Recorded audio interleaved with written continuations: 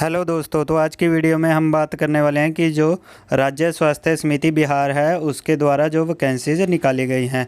तो दोस्तों उसमें सबसे पहली हॉस्पिटल मैनेजर की है और दूसरी कोऑर्डिनेटर की है और तीसरी सुपरवाइज़र की है, जिसकी नोटिफिकेशंस आ चुकी हैं, जिसका लिंक मैं अपने डिस्क्रिप्शन में दे दूंगा। आप वहां से इसे डाउनलोड कर सकते हैं।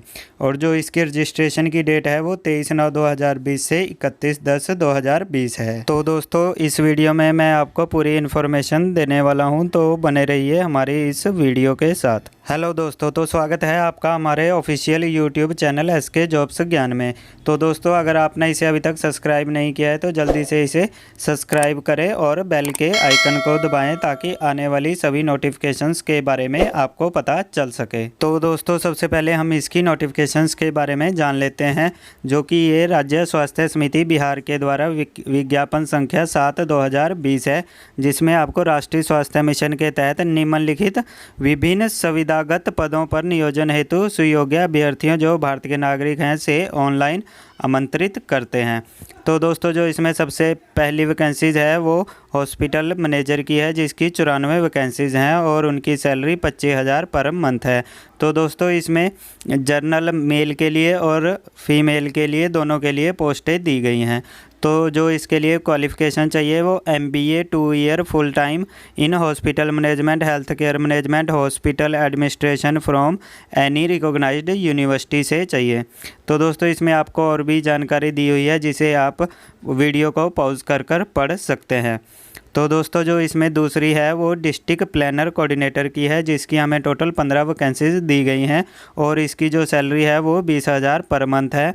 और ये अररिया, अरवल, बोका, भागलपुर, दरभंगा, गोपालगंज, जमुई, कैमूर, मधुबनी, मुजफ्फरनगर, नवादा, पूर्णिया, सहरसा, सीतामढ़ी एवं वैशाली जिलों के लिए है, जो प्रत्येक ज़िले में एकल पद अनारक्षित है। तो दोस्तों जो इसके लिए एजुकेशन क्वालिफ़िकेशन है वो MBA 2 year full time with in rural development, rural management, hospital administration, health care management for any recognised university से होनी चाहिए। तो दोस्तों इसमें आपको और भी दिया गया है, जिसे आप वीडियो पॉज कर देख सकते हैं। तो दोस्तों अगला है थर्ड सुपरवाइज़र के लिए, जिसकी टोटल वैकेंसीज 13 हैं और उनकी जो मंथली सैलरी है वो 19,000 है। तो दोस्तों इसमें भी मेल और फीमेल के लिए अलग अलग कैटेगरी के लिए अलग अलग वैकेंसीज दी गई हैं। तो दोस्तों जो इसके बाद क्वालिफ़िकेशन है वो graduate from any recognised university से होनी चाहिए। आपका कंप्यूटर डिप्लोमा होना चाहिए 6 मंथ का और आपका जो 2 व्हीलर ड्राइविंग लाइसेंस है वो भी आपके पास होना चाहिए। तो दोस्तों ये इसके लिए कंपलसरी है। तो दोस्तों इसके आगे हम बात करते हैं कि इसमें मैक्सिमम एज कितनी चाहिए। तो 1 सितंबर 2020 तक जनरल और EWS के लिए 37 है, EWS और फीमेल के लिए 40 है, BC MBC मेल फीमेल के लिए 40 है, SC ST मेल फीमेल के लिए 42 है। और जो 10 ईयर का रिलैक्सेशन है वो आपको डिवाइन बॉडी एप्लीकेंट आपको मिल जाएगा। तो दोस्तों इसके बाद इसमें निर्देश दिए गए हैं कि जो आप इसे online state health society .bihar.org पर उपलब्ध है, जहां से आप इसे डाउनलोड कर सकते हैं। तो दोस्तों इसके आगे जो आपकी शैक्षणिक योग्यता आदि के लिए कट ऑफ डेट 1/9/2020 होगी। तो दोस्तों इसके आगे इच्छुक अभ्यर्थी राज्य समिति बिहार के अधिकृत वेबसाइट स्टेट हेल्थ सोसाइटी बिहार.org के कैरियर्स लिंक पर क्लिक करके आप ऑनलाइन आवेदन कर सकते हैं। तो जो इसके आवेदन करने की डेट है वो 23/9/2020 से 31/10/2020 है। तो दोस्तों इसके आगे इसमें आपको बताया कि विज्ञापित पद की रिक्त की संख्या आवश्यकता अनुसार घट या बढ़ सकती है, उसके लिए भी आपको इसमें पूरी नॉलेज दी गई है। तो दोस्तों आप इसे डाउनलोड कर अच्छी तरह पढ़कर ही अपना फॉर्म अप्लाई करें। तो दोस्तों अब बात करते हैं इसके फॉर्म की। तो दोस्तों ये इसकी ऑफिशियल वेबसाइट है, जहां पर आपको अप्लाई ऑनलाइन का लिंक दिया गया है, जिसमें आपको कोऑर्डिनेटर सुपरवाइज़र की पोस्टें दी गई हैं। तो आप यहां क्लिक हेयर पर क्लिक करके अपना ऑनलाइन फॉर्म भर सकते हैं।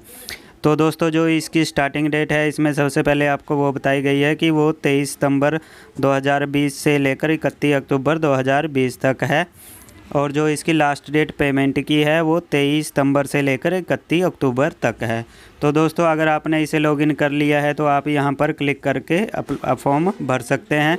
अगर आपने इसका रजिस्ट्रेशन नहीं करवाया है तो आप रजिस्टर पर क्लिक कर न्यू कैंडिडेट के ज़रिए आप रजिस्टर कर सकते हो। तो दोस्तों इसके बाद आपके पास कुछ इस तरह का इंटरफेस दिखाई देगा, जिसमें आपने सबसे पहले यहाँ पर अपनी पोस्ट भरनी है कि आप कौन सी पोस्ट के लिए अप्लाई कर रहे हैं।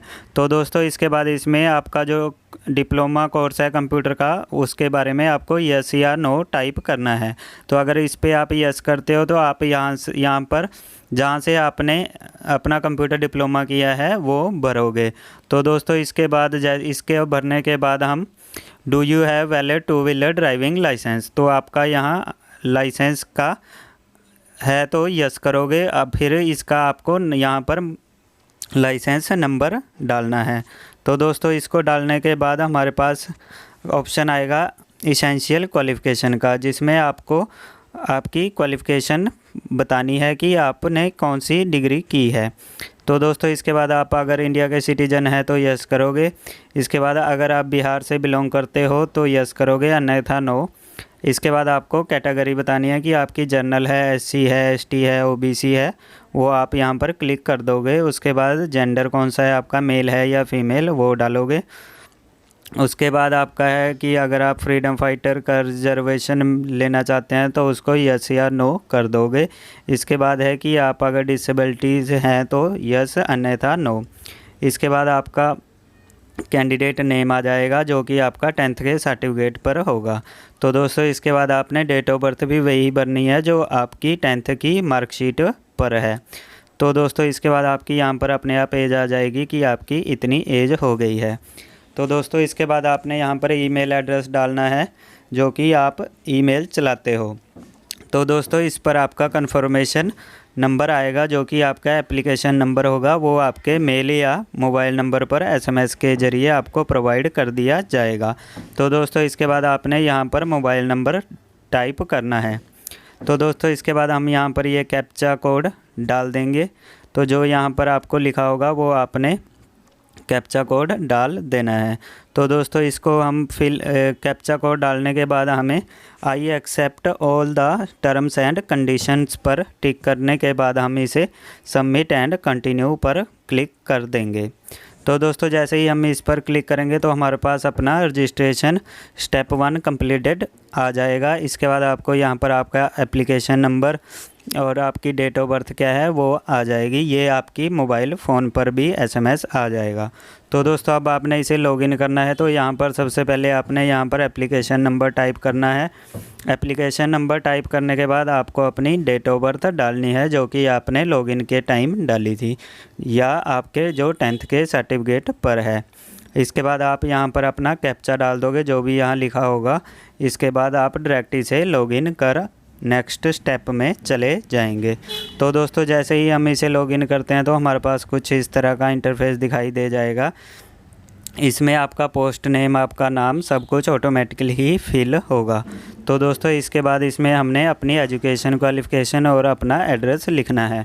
तो दोस्तों इसमें सबसे पहले हम फादर नेम लिखेंगे, जो भी आपका 10th की मार्कशीट पर है वो आप यहाँ पर डाल दोगे। आपने सारी इन्फॉर्मेशन अपने 10th के डॉक्यूमेंट से ही डालनी है ताकि आपके सर्टिफिकेट और आपका फिल किए में कोई मिस्टेक ना हो।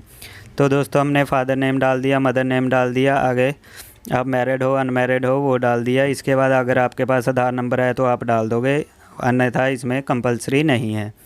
तो दोस्तों इसके बाद आपने यहाँ पर अपना हाउस नंबर डाल देना है, जो भी आपका एड्रेस होगा, विलेज है या हाउस नंबर है वो आप डाल दोगे। इसके बाद आपका स्टेट आ जाएगा, डिस्ट्रिक्ट आ जाएगा और आपका पिन कोड आ जाएगा। तो दोस्तों अगर आपका एड्रेस सेम है तो आप टिक पर क्लिक कर दोगे।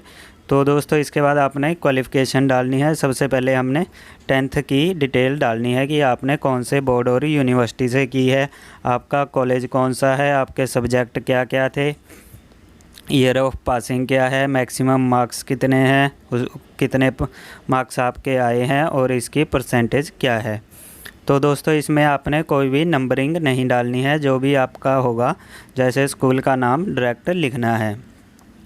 तो दोस्तों इसको भरने के बाद हम अगले सब्जेक्ट एंड स्ट्रीम पर जाएंगे। तो आपके पास कौन से सब्जेक्ट हैं या कौन सी स्ट्रीम में आपने ग्रेजुएशन की है वो आपने डाल देनी है। तो दोस्तों हम यहाँ पर स्कूल नेम डालेंगे, इसके बाद हम आगे अपने सब्जेक्ट्स भर देंगे। तो दोस्तों इसमें मैं नंबरिंग डाल रहा हूँ, तभी इसमें थोड़ी मिस्टेक आ रही है। आपने इसमें नंबर कुछ नहीं डालना है। इसके बाद आपने यहाँ पर अपने सब्जेक्ट भर देने हैं जो कि आपके 10th में सब्जेक्ट हैं। आप चाहे फुल लिख सकते हो या आप शॉर्ट फॉर्म में भी इसे लिख सकते हो। तो दोस्तों ये लिखने के बाद आपने पूरे सब्जेक्ट कंप्लीट लिख देने हैं। तो दोस्तों इसके बाद आपने ईयर ऑफ पासिंग कौन सा है आपका वो डालना है। इसके बाद आपने यहाँ पर मैक्सिमम मार्क्स लिख देने हैं जो भी आपके टोटल मार्क्स हैं। तो दोस्तों इसके बाद आपने यहाँ जितने में से आपके नंबर हैं वो आपने टाइप करना है। तो दोस्तों यहाँ पर परसेंटेज आपकी ऑटोमेटिक ही आ जाएगी। तो दोस्तों इसके बाद आपने यहाँ पर graduate from any recognised university, तो दोस्तों यहाँ पर आपने कौन सी यूनिवर्सिटी से अपनी ग्रेजुएशन कंप्लीट की है वो लिखना है। इसके बाद आपका कौन सा कॉलेज है या इंस्टीट्यूशन है ये वो आपने यहाँ पर टाइप कर देना है।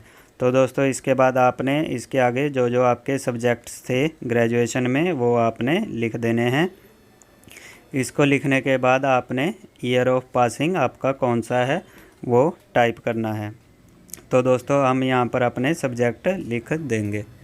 तो दोस्तों जैसे ही हम सब्जेक्ट लिखेंगे इसके बाद यहाँ पर आपका ईयर आ जाएगा, कौन सा ईयर है आपका, मैक्सिमम मार्क्स कितने हैं पूरे ग्रेजुएशन में तीनों ईयर के मिला के। तो दोस्तों इसके बाद यहाँ पर आपके कितने मार्क्स आए हैं वो लिख देना है। इसके बाद आपका जो परसेंटेज है वो खुद ही आ जाएगी। इसके बाद आपने आई एक्सेप्ट पर कर सेव एंड कंटिन्यू पर क्लिक कर देना है। तो दोस्तों इसके बाद जो अगला आपका ऑप्शन आएगा वो अपलोड फ़ोटोग्राफ का आएगा। तो आपने यहाँ पर अपनी लेटेस्ट फ़ोटोग्राफ अपलोड कर देनी है। तो दोस्तों इसमें आपको साइज़ भी बताया गया है कि आपने कितने साइज़ की फ़ोटो अपलोड करनी है। जैसे ही आप इसे अपलोड करोगे तो आपके पास प्रीव्यू आ जाएगा फॉर्म का, उसके बाद आप यहाँ से इसकी पेमेंट कर सकते हो। तो दोस्तों अगर आपको फॉर्म के रिगार्डिंग कोई भी इन्फॉर्मेशन चाहिए तो आप हमें मैसेज कर सकते हो। धन्यवाद दोस्तों। जय हिंद, जय भारत।